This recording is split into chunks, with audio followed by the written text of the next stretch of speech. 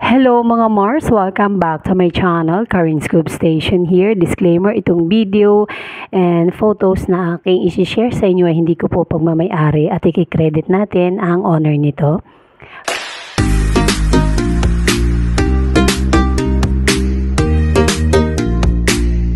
Without further ado, let's start!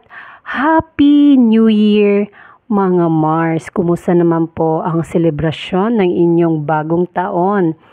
Grabe, kamakailan lang 2024 tayo, ngayon 2025 na. At sana maganda ang pag-celebrate nyo ng bagong taon. Kanina dito sa amin, alam ko pag patak ng 12 AM, umulan po siya mga Mars, and then sa umaga umulan din po. Kaya ayun, blessing daw yun pag ganon. And share ko lang na si Mrs. Atayde or Maine Mendoza Atayde ay nag-share ng mga ganap niya noong December sa kanyang Instagram account. And then today ay nag-share din siya ng ganap niya ng buong 2024 mga Mars.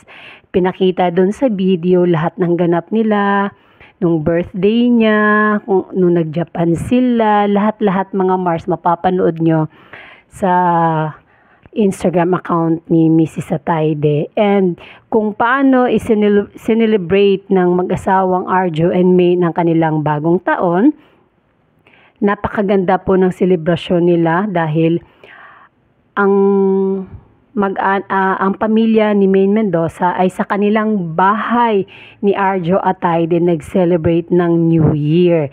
Andun lahat ang kapatid ni Maine, pamangkin ni Maine, nanay, tatay niya, and then yung mag-asawang Arjo and Maine. Ganun po nila i-celebrate ang kanilang bagong taon na sinalubong nila kasama ang pamilya ni Maine Mendoza. Sinalubong nila ang bagong taon ng mag-asawa, and nag-share din ang TBJ Instagram ng photos nila dahil kanina may Itbulaga po kanina at nagsayaw nga si Miles and may ng mga TikTok hits. Ayun, nag-apat nga silang dalawa kanina mga Mars, at ito nga po yung photo.